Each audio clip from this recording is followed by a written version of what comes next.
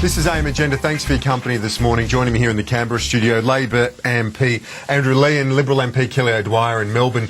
Good to see you both. Kelly, on the military spending issue, was it appropriate for Tony Abbott to say in Washington DC that he can understand the concerns of Americans, and many Australians share concerns relating to defence spending cuts in the recent budget?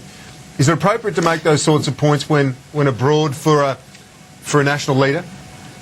Well, certainly Tony Abbott was invited to speak at the Heritage Foundation, which is a very prestigious think tank. Tony said there what he has been saying in Australia, which is that in the last budget, this government cut defence spending to the lowest amount that we have seen since 1938 as a percentage of GDP. Now, that is of concern to us. We believe that it's important for us to get the balance right. We think it's important to appropriately put money into defence, and we have been very critical of the government for their failure to properly put money into defence and the priorities in our national interest. So Tony Abbott was entirely appropriate, I think, in making the statements that he made overseas.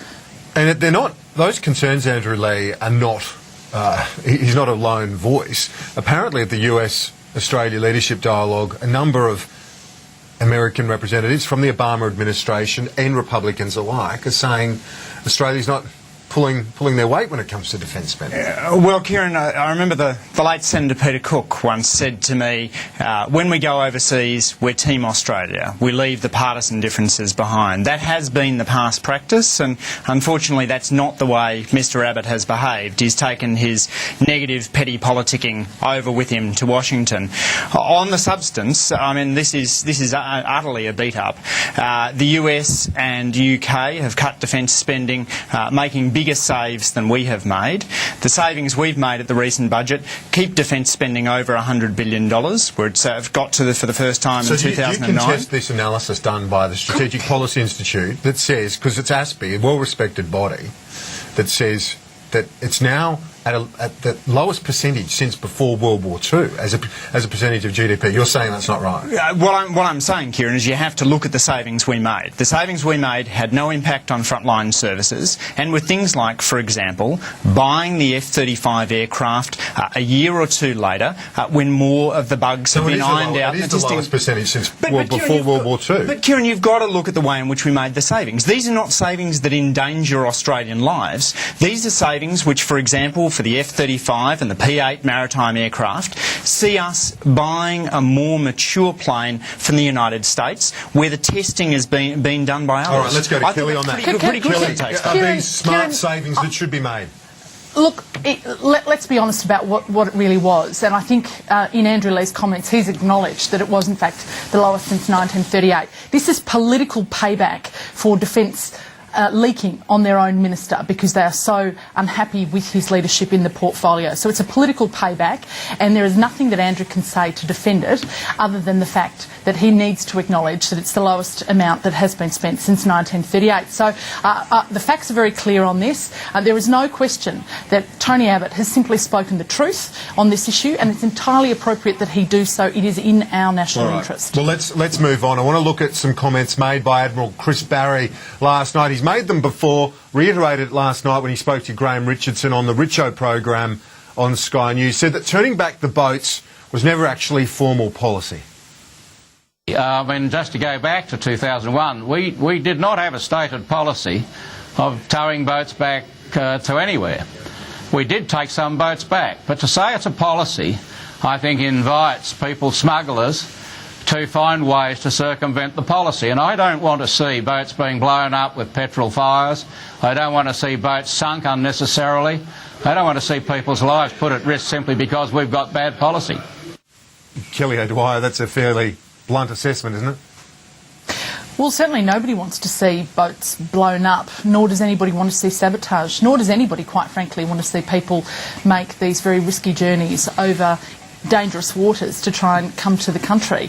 He knows what he's talking about, though, doesn't he? Former Chief of Defence, Admiral. Well, Well, he's raised some important issues here, but the fact is the reason that this is occurring right now is because the government has dismantled a very effective border protection policy. It did it in August of 2008. It still refuses to take responsibility for the fact that it has increased the pull factor here in Australia, and the reason that the number of people who are coming in their thousands now, I think more than 19,000 since the government has actually changed policy direction, is because they dismantled a policy that was very effective. A lot of people obviously agree with Kelly. A lot of people agree with Kelly on that. We know what the three-part policy is: the TPVs and Nauru and turning back the boats. And while things can be complex in this area, and you heard that from Admiral Barry, obviously it's difficult no matter what you do in this area. But the fact is, Andrew Leigh, it worked. The boats stopped coming when they turned back the boats, and as Tony Abbott says, people get into defence to do a tough job. Well, Kieran, let's go to the turning back the boats. I'm happy to address other areas. It is very clear, as Admiral Barry has said, that turning back the boats would, in boat towbacks, endanger the lives of asylum seekers and of naval personnel. They also jeopardise our relationship. They're endangered already. That's the point. They're endangered already. These people are getting on boats. And so that's okay to put in place a policy that would cause people to drown? The point is that they're already endangering their lives every single day. That's absolutely right. But this is a policy that just is unworkable and as a practical matter, and which would jeopardise our relationship with Indonesia. Well, how workable is it at the moment where you have people jumping on boats and then our border security jumping on and saying they could still sabotage the boats? To me, the logic remains the same as it is right now, that they can still sabotage the boats and say, I want to be rescued, take me to Christmas Island. Turning back the boats is unworkable practically and it's unworkable diplomatically. That's why Tony Abbott didn't even dare raise it with the Indonesians. Things aren't working too well at the moment now, practically. Well, what we have is a policy of... our policy is to have an agreement with Malaysia, which makes very clear that if you get to Australia, you will be returned to Malaysia. We've done that with a series of safeguards and protections in place, but we believe that that is a policy that would get the practical effect that I share with Kelly that we ought to achieve, but without endangering lives. A rare thing today with the ACES Director General to give a speech, Kelly O'Dwyer. Some fascinating revelations in the Australian newspaper. Apparently, ACES officers involved directly in counter-terrorism, in small groups in Pakistan as well. This is an insight that we don't get very often.